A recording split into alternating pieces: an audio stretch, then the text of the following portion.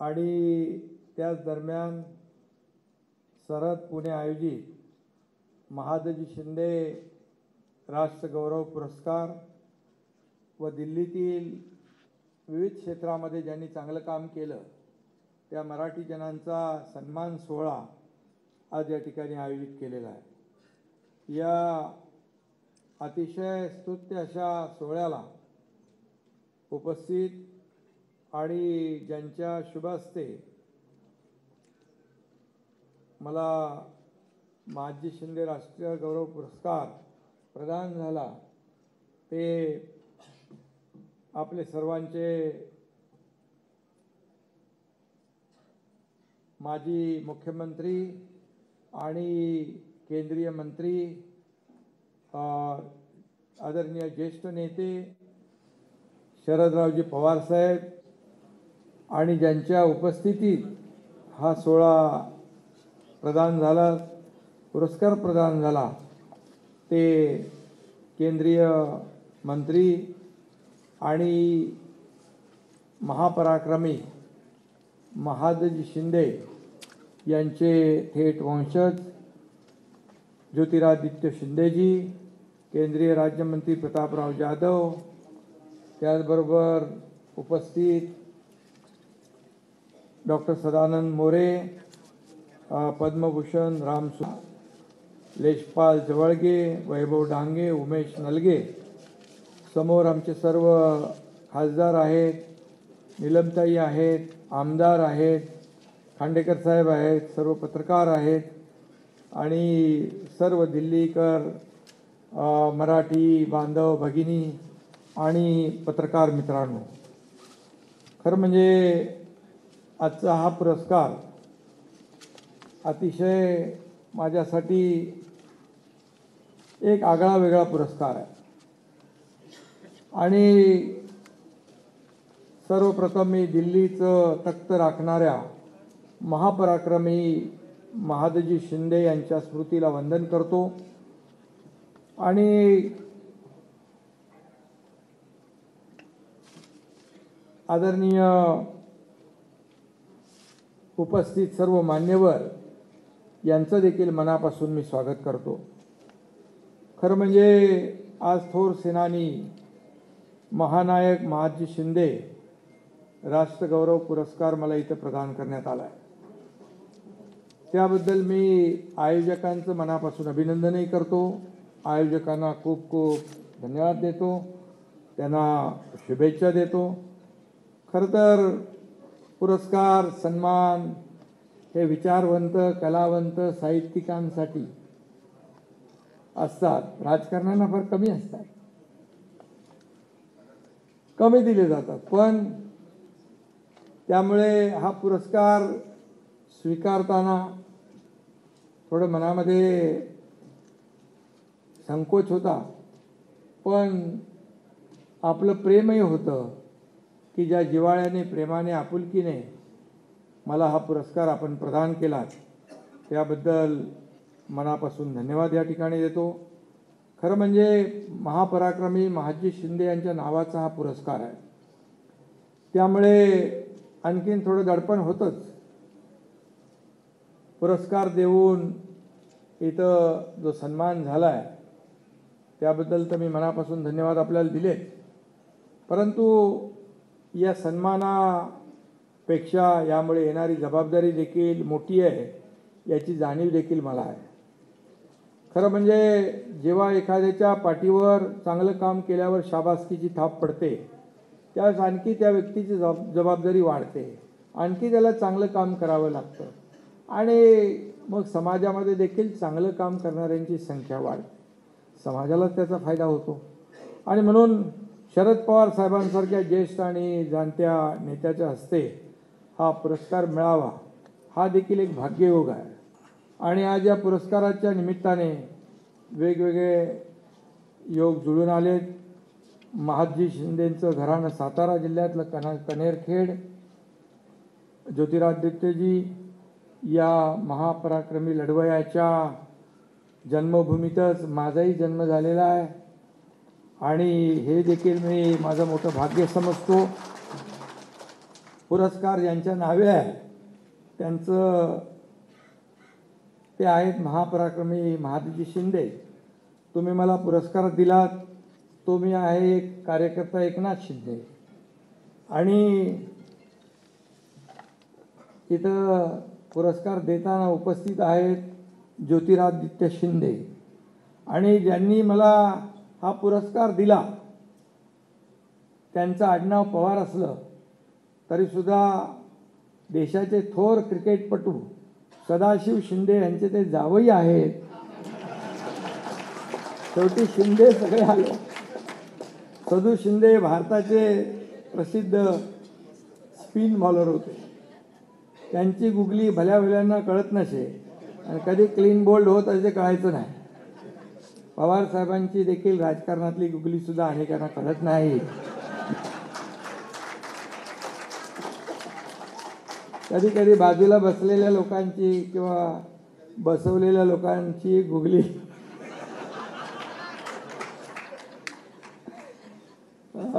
पण माझ्याबद्दल थोडं मी वेगळं सांगतो.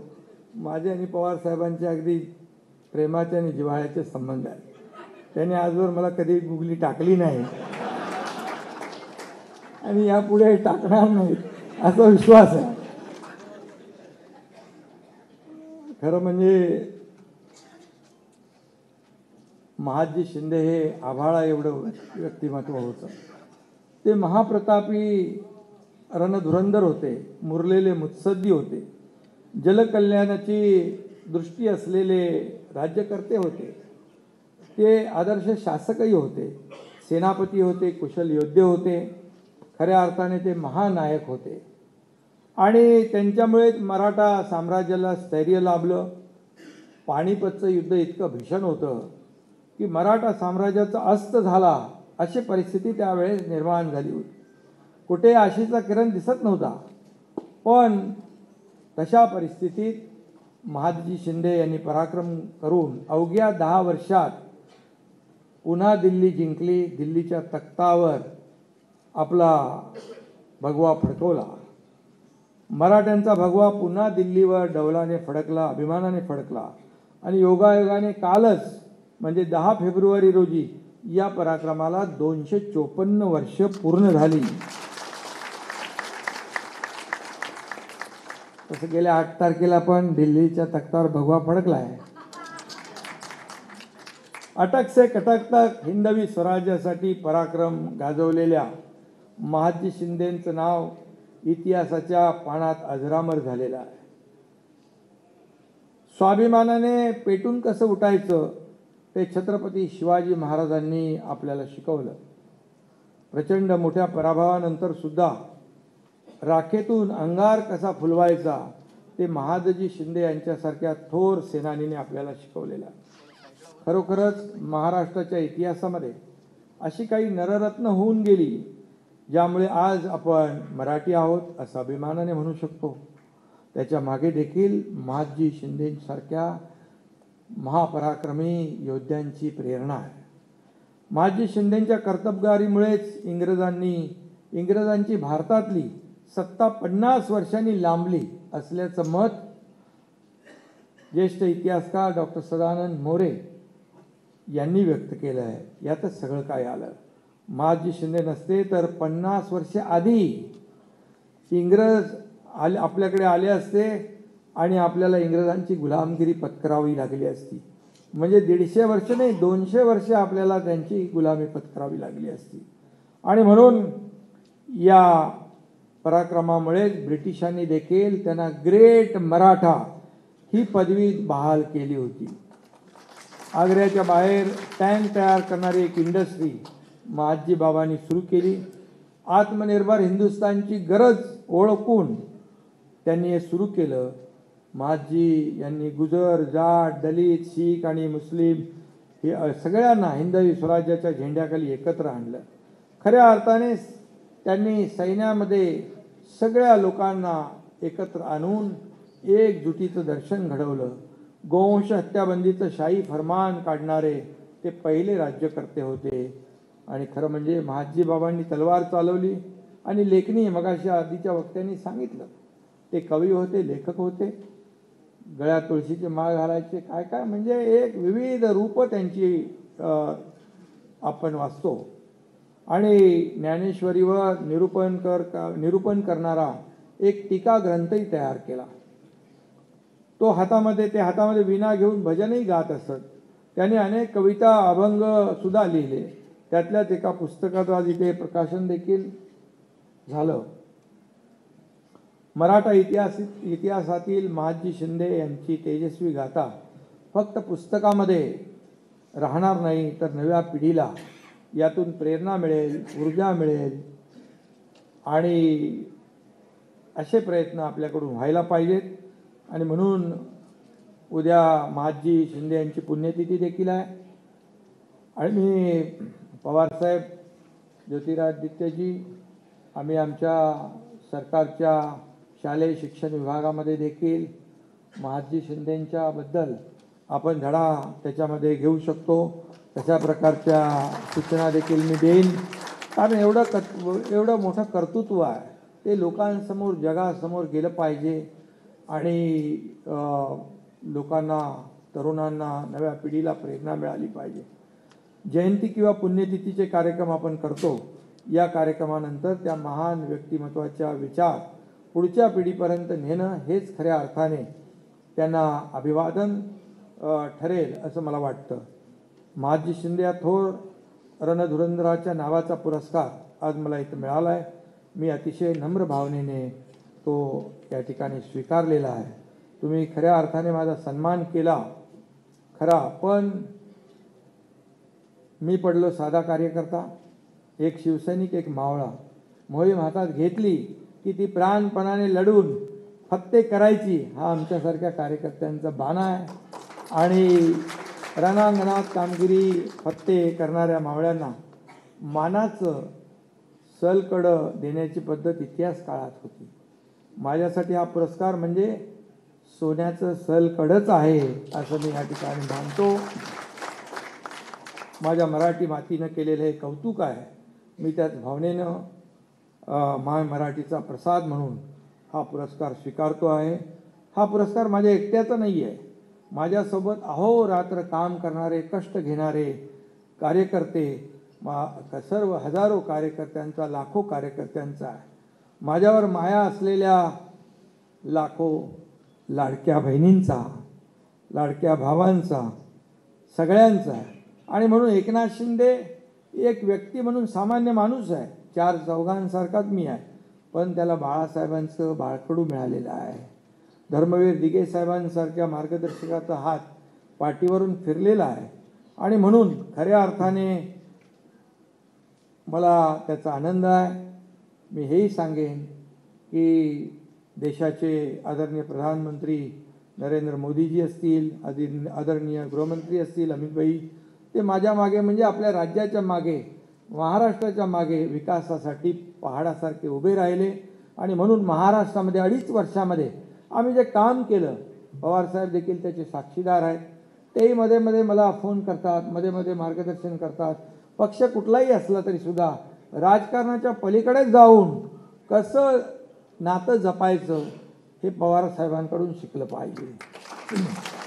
आणि म्हणून वाडवडिलांच्या पुण्याईने जोरावर इथपर्यंत आपण आलो.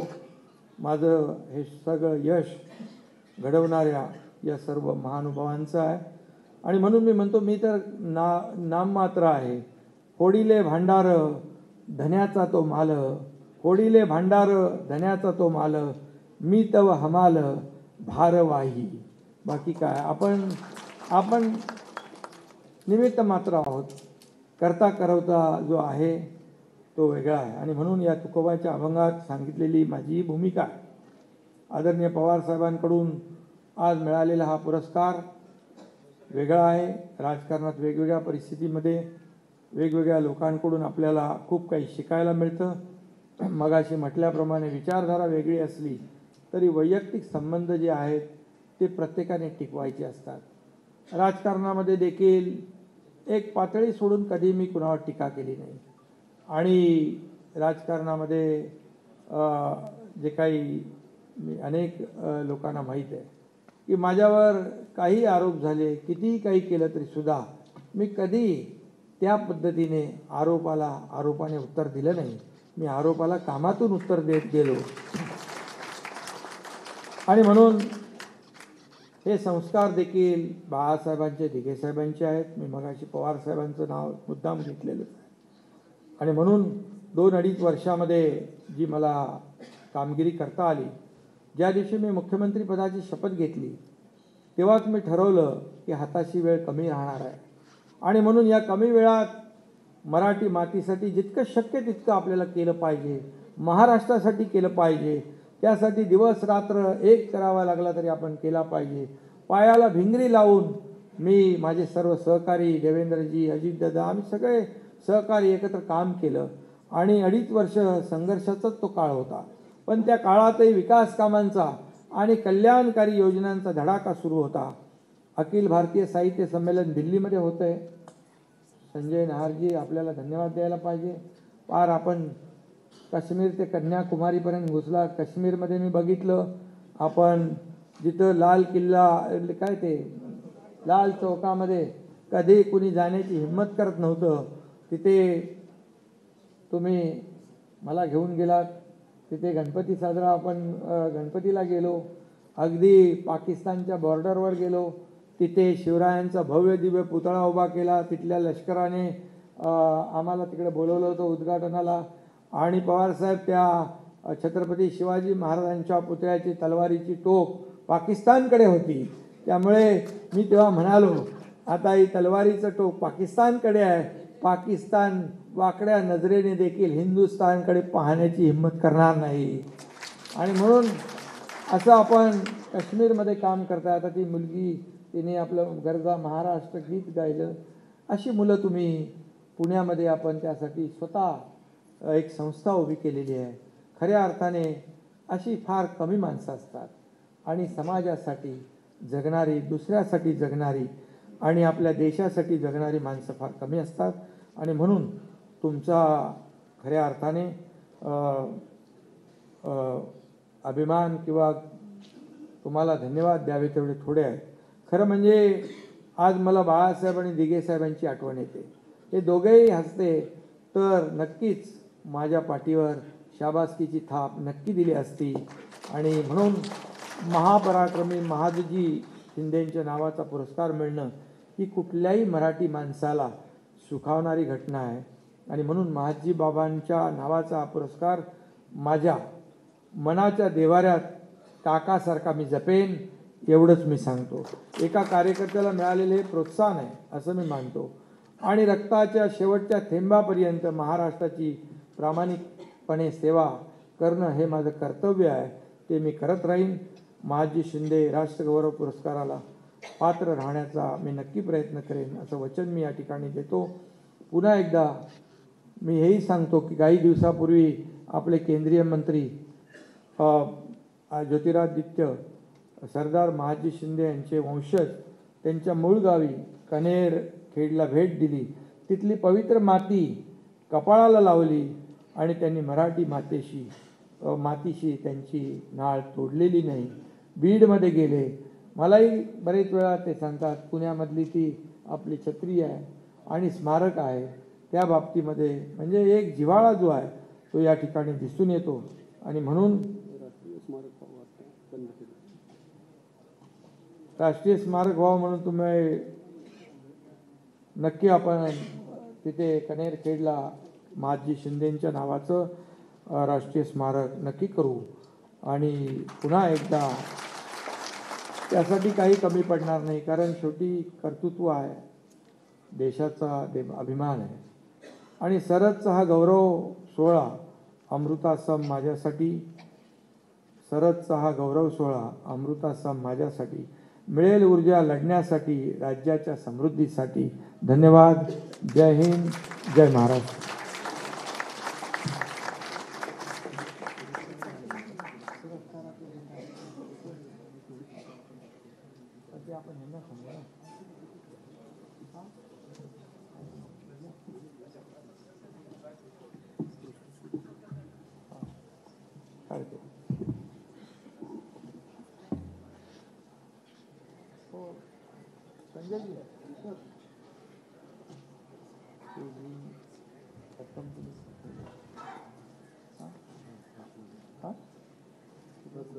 त्यात आणखी 5 लाख रुपये टाकून तुमच्या सरडला मला जायचं आहे तर तुम्ही बोला.